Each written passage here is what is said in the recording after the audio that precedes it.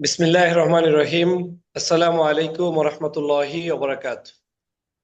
সম্মানিত সুধী মণ্ডলী, আপনারা জানেন যে আমরা বাংলাদেশের লক্ষ কোটি জনতার হৃদয়ের স্পন্দন, আমাদের সকলের প্রিয় স্নেহের শরীফ ওসমান হাদিকে মাত্র একদিন আগে হারিয়েছি এবং গতকালকের বাংলাদেশের ইতিহাসে ঐতিহাসিক একটি জানাজার মাধ্যমে তাকে কবরস্থ করা হয়েছে। এই শহীদ ভাইটিকে নিয়ে আজকের আমাদের স্মৃতিচারণমূলক এই আলোচনা। আমি ব্যক্তিগতভাবে মনে করি শরীফ হাদির মতো মানুষরা, ক্ষণজন্মাই মানুষরা প্রতিদিন, প্রতিবারে, প্রতি ঘন্টায় আমাদের সামনে আসবে না। এরা হয়তো দেশের প্রয়োজনে, জাতির প্রয়োজনে, ধর্মের প্রয়োজনে, মানুষের শান্তি নিশ্চয়তার জন্য যুগের মুয়াজ্জিন হিসাবে যুগেও হয়তো আমরা একবার একজন করে হাদি পেতে পাবো কিনা সন্দেহ রয়েছে। সম্মানিত ভাইরা, শরীফ ওসমান হাদি খুবই সহজ সরল এবং বর্তমান সময়ের জনপ্রিয়তার একজন শীর্ষে অবস্থানকারী ব্যক্তিত্ব ছিলেন। যারা তার সাথে মিশেছেন, তাকে দেখেছেন, তারা হয়তো তাকে অনুভব করতে পেরেছেন, কিন্তু যারা এই ছোট্ট শরীফ ওসমান হাদিকে দেখার সৌভাগ্য হয়নি, তারা হয়তো অনুভব করতে পারেনি। ব্যক্তিগতভাবে হাদির সাথে আমার সম্পর্ক ছিল ছাত্র জীবন থেকে।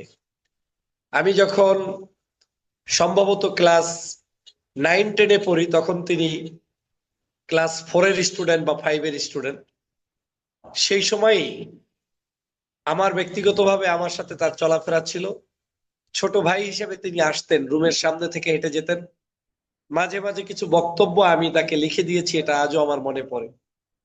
তার ভাই ওমর ফারুক, তারপরে ডক্টর আবু বকর সিদ্দিক ভাই আমাদের খুব বড় ভাইদের বন্ধু ছিলেন, বিধায় তার সাথেও খুব সুসম্পর্ক ছিল। একদম চটপটে একজন বাক যুদ্ধ করার যে সকল গুণাবলী থাকে, সকল গুণাবলী সম্পন্ন একজন মানুষ ছিলেন শরীফ ওসমান হাদি। ওসমান হাদি ছাত্র জীবন থেকেই একজন নেতৃত্বের প্রতি খুব তার আগ্রহ ছিল এবং নেতৃত্ব দেওয়ার মতো যোগ্যতা তার ভিতরে ছিল, এটা আল্লাহ প্রদত্তই বলা যায়। বক্তব্যে ভালো পারদর্শী ছিলেন, কবি ছিলেন, সাহিত্যিক ছিলেন। কোনো কোনো সময় আমার মনে হয় সাংবাদিকতারও টুকটাক কাজ হয়তো তিনি করেছেন, আদান প্রদান করেছেন, লিখেছেন, স্ক্রিপ্ট লিখেছেন। তো তার মধ্যে সেই গুণাবলীটা বিকশিত হতে দেখেছি ঝালকাঠি এনএস কামিল মাদ্রাসায়। এবং তার, আমার কাছে মনে হচ্ছে তার যে এই বিশ্বব্যাপী তার যে অবস্থানটা তৈরি হয়েছে, এর পিছনে ওই শিক্ষা প্রতিষ্ঠানটাও অনেক অংশে আমি মনে করি ভূমিকা পালন করেছে বাল্য জীবনে, যেটা তার একটি ইন্টারভিউতে তিনি অকপটে স্বীকার করেছিলেন। ঢাকা বিশ্ববিদ্যালয়ে ভর্তি হওয়ার পরে যোগাযোগ কম থাকার পরেও আমার কাছে তার সার্বিক খোঁজ খবর অনলাইন, ফেসবুক, বিভিন্ন মাধ্যমে নেওয়ার চেষ্টা করেছি। এবং তৎকালীন সময়ে আমি বিদেশে অবস্থান করার কারণে ফ্যাসিবাদ বিরোধী আন্দোলনে আমি যখন কথা বলতাম, তখন দু একবার তিনি আমাকে ফোন দিয়ে কথা বলার চেষ্টা করেছেন।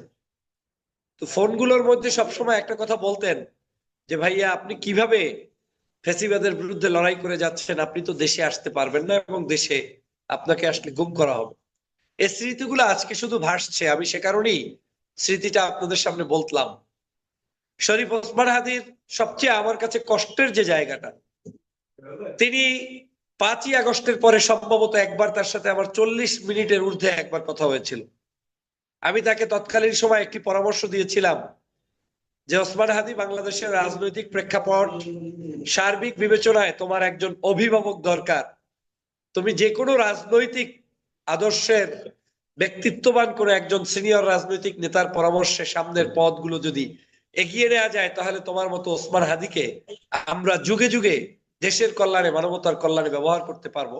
আমি জানি না কতটুকু তিনি তার জায়গা থেকে সে ধরনের মুরব্বী খুঁজে পেয়েছিলেন, আমার জানা নেই, কিন্তু আমি তাকে আমার জায়গা থেকে পরামর্শ দিয়েছিলাম। কারণ আমি জানি বাংলাদেশের যে সমস্যা, এই সমস্যায় একা পথ চলা অনেক সময় কঠিন হয়ে দাঁড়ায়। কিন্তু তিনি তো বিপ্লবী, তিনি তো প্রতিবাদী, তিনি তো বাংলাদেশের মানুষের সকল দল মতের মানুষদের মুক্তির কল্যাণে ভূমিকা রাখতে চেয়েছেন। সে কারণেই হয়তো হাদি তার জীবনের তোয়াক্কা না করে রাজনীতিতে কি পাবে কি না পাবে সেগুলো চিন্তা না করে বাংলার মানুষের মুক্তির জন্য, বিশেষ করে জুলাই বিপ্লব পরবর্তী সময়ে যখন তিনি অনুভব করেছেন যে বাংলাদেশের জুলাই ব্যাহত হচ্ছে এবং এই আন্দোলনকে সামহাও কেউ না কেউ বিক্রি করে খাচ্ছে কিংবা এটাকে ধ্বংস করার দ্বার প্রান্তে চলে যাচ্ছে, বিশেষ করে বিদেশি আধিপত্যবাদের বিরুদ্ধে তার যে লড়াই, সে সংগ্রামটা আসলেই আমাদেরকে অনুপ্রাণিত করেছে। বাংলাদেশের সকল রাজনৈতিক দলের ব্যাপারে যে ব্যক্তিটি 5ই আগস্টের পরবর্তী সময়ে হুঙ্কার ছেড়ে বক্তব্য দিতে পেরেছেন অকপটে, তিনি হচ্ছেন শরীফ ওসমান হাদী। তিনি ছোট্ট গলায়, খাটো মানুষ, হয়তো হয়তো তার কথাগুলো রাজনৈতিক নেতাদের মতো নয়, কিন্তু তার তেজস্বী বক্তব্যগুলো প্রত্যেকটা মানুষের হৃদয়ে আঘাত করেছে এবং সে আঘাতটা কষ্টের আঘাত নয়, বরং তাদের জন্য শিক্ষামূলক একটি সেই ধাক্কা তিনি শরীফ ওসমান হাদী দিতে পেরেছেন। বাংলাদেশের রাজনীতির ইতিহাসে আমার ধারণা মতে সরকারের পক্ষ থেকে এরকম একটি সম্মানিত আয়োজনের মাধ্যমে বাংলাদেশের ইতিহাসে এত বড় জানাজা কোন রাজনৈতিক নেতার, যারা কখনোই এমপি মন্ত্রী কিংবা দলের চেয়ারপারসন হননি, তাদের ক্ষেত্রে ঘটেনি, যেটা শরীফ ওসমান হাদীর ক্ষেত্রে ঘটেছে। তবে এই জায়গায় আমার একটা প্রশ্ন আছে, সেটা হচ্ছে আমি মনে করি এই জানাজা কোনো শরীফ ওসমান হাদীর জানাজা নয়, এই জানাজা কোনো ব্যক্তিগত ওসমানের জানাজা নয়, এটা হচ্ছে একটি আদর্শিক জানাজা। যে মানুষ সত্যের পক্ষে থাকলে, মানুষ ন্যায় ও ইনসাফের পক্ষে থাকলে, মানুষ ধর্মের পক্ষে থাকলে, দেশের পক্ষে থাকলে, ওই দেশপ্রেমিক মানুষদের পক্ষে দুনিয়ার মানুষরাও যেভাবে সমর্থন করে, আল্লাহর পক্ষ থেকেও সাহায্য আসে। আমরা মনে করি একটি আদর্শিক জানাজার সাক্ষী হয়েছে বাংলাদেশের জনগণ, ব্যক্তি শরীফ ওসমানের জানাজার সাক্ষী হয়নি। কারণ এদেশের যারা রক্ত দিয়েছে, বিভিন্ন সময় যাদের জানাজাগুলো পড়া পর্যন্ত হালাল ছিল না, হারাম ছিল, সেই সকল মানুষদের জানাজাও কিন্তু মানুষ যখন পড়েছে তখন তাদের আদর্শের জানাজা পড়েছে। লক্ষ লক্ষ মানুষ তখন কিন্তু সেই সকল জানাজায় অংশগ্রহণ করে প্রমাণ করে দিয়েছিল যে তোমরা জানাজা বন্ধ করতে চাইলেও আদর্শিক নেতৃত্বের জানাজা আমরা বন্ধ করতে পারি না।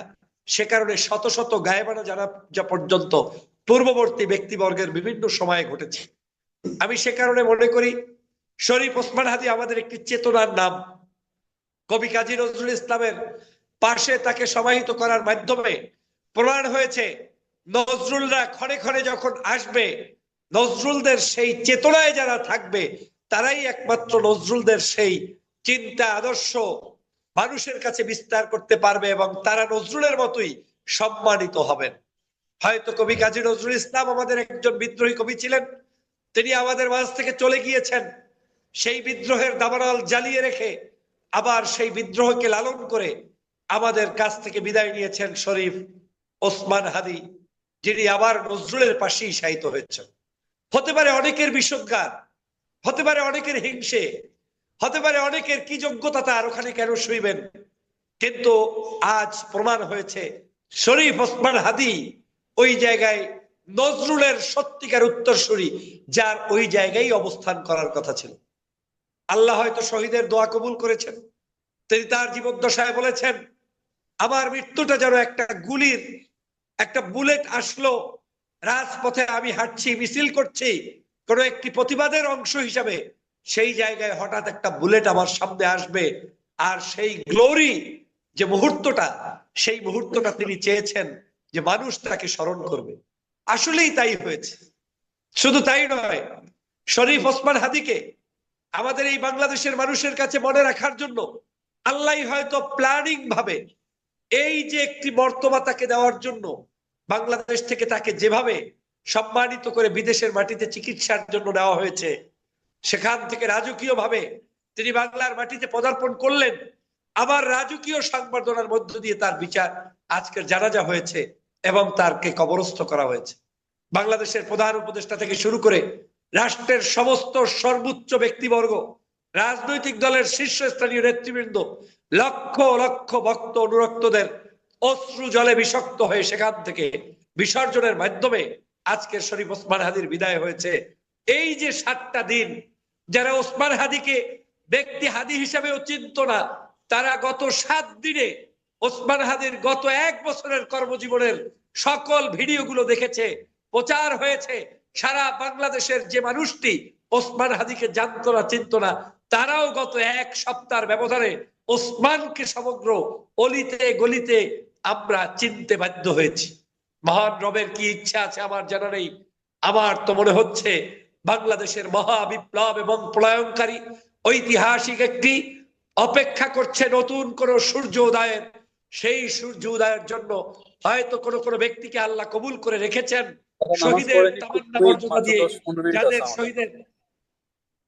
যাদের শহীদের রক্তের উপরে ভিত্তি করে আজকের হয়তো আমাদের প্রিয় এই ভাই ওসমান হাদি ভাইকে আল্লাহ হয়তো কবুল করেছেন। এই রক্তের উপর ভিত্তি করেই আগামীর নতুন স্বপ্ন এবং বাংলাদেশ গঠিত হবে, এটাই হচ্ছে আমাদের প্রত্যাশা। যেমন রক্ত দিয়ে গিয়েছেন আল্লামা দেলোয়ার হোসেন সাঈদী কিংবা সেই সমস্ত ব্যক্তিবর্গ যারা বিভিন্ন রাজনৈতিক দলের মধ্য থেকেও ইমানি তেজে তেজস্বিতা রেখে বাংলার মানুষের মুক্তির জন্য লড়াই করেছিলেন। আমার বিশ্বাস শরীফ ওসমান হাদি তাদের একজন উত্তরসূরি হিসেবে হয়তো বিদায় নিয়েছেন। আল্লাহ পাক তার জান্নাতের সুউচ্চ মাকাম দান করুক, জান্নাতুল ফেরদাউস নসিব করুক। আমাদেরকে শহীদ পরিবারের এই যে পরিবারের সদস্য রয়েছে তাদের প্রতি সহমর্মিতা জানানোর তৌফিক দান করুক। আগামীর বাংলাদেশের নতুন নেতৃত্ব শহীদ ওসমান এই ফারুক হাদিদের আজকের উত্তরসূরি হিসেবে তাদের রেখে যাওয়া আদর্শগুলোকে সকল রাজনীতিবিদরা রপ্ত করে চলার তৌফিক দান করুক। পরিশেষে একটি কথাই বলবো, প্রিয় ভাইয়েরা, আমাদেরকে মনে রাখতে হবে নেতৃত্ব আমাদেরকে হারিয়ে ফেললে চলবে না। আমরা নেতৃত্ব হারিয়ে যাওয়ার পরে আফসোস করি, কথা বলি, বক্তব্য দেই, সেমিনার করি, কিন্তু নেতৃত্ব যখন তৈরি হয় তখন তাদের জন্য আমাদের কোনো অবদান কিংবা চিন্তা চেতনা এখনো বাংলাদেশের প্রেক্ষাপটে হয় না।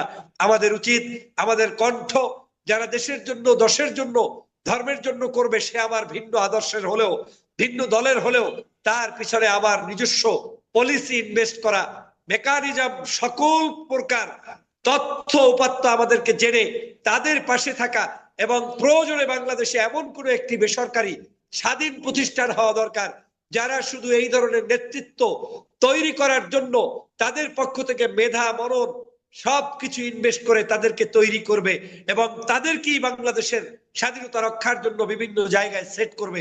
সেরকম একটি নতুন স্বপ্ন আমি দেখি আপনাদের এই প্ল্যাটফর্মের মাধ্যমে। ভবিষ্যতে বাংলাদেশের যারা বাকপটু রয়েছেন, কবি, সাহিত্যিক, সাংবাদিক রয়েছেন, উজ্জ্বল বাংলাদেশকে বিনির্মাণের জন্য যারা পথ চলবেন, তাদেরকে যাতে করে আমরা নেতৃত্ব দিয়ে সুন্দরভাবে গুছিয়ে তাদের জীবনের নিরাপত্তা দিয়ে শান্তির বাংলাদেশ গঠন করতে পারি, সেই উদাত্ত আহ্বান জানিয়ে আজকের আমার এই বক্তব্য শেষ করছি। সবাইকে ধন্যবাদ। একটি ক্যাম্পিং এ থাকায় আমি এখান থেকে বিদায় নিতে বাধ্য হচ্ছি, যদিও পরবর্তীতে আমাদের সম্মানিত আলোচকদের আলোচনা আমি শুনবো। সবাইকে ধন্যবাদ। আসসালামু আলাইকুম ওয়া রাহমাতুল্লাহ।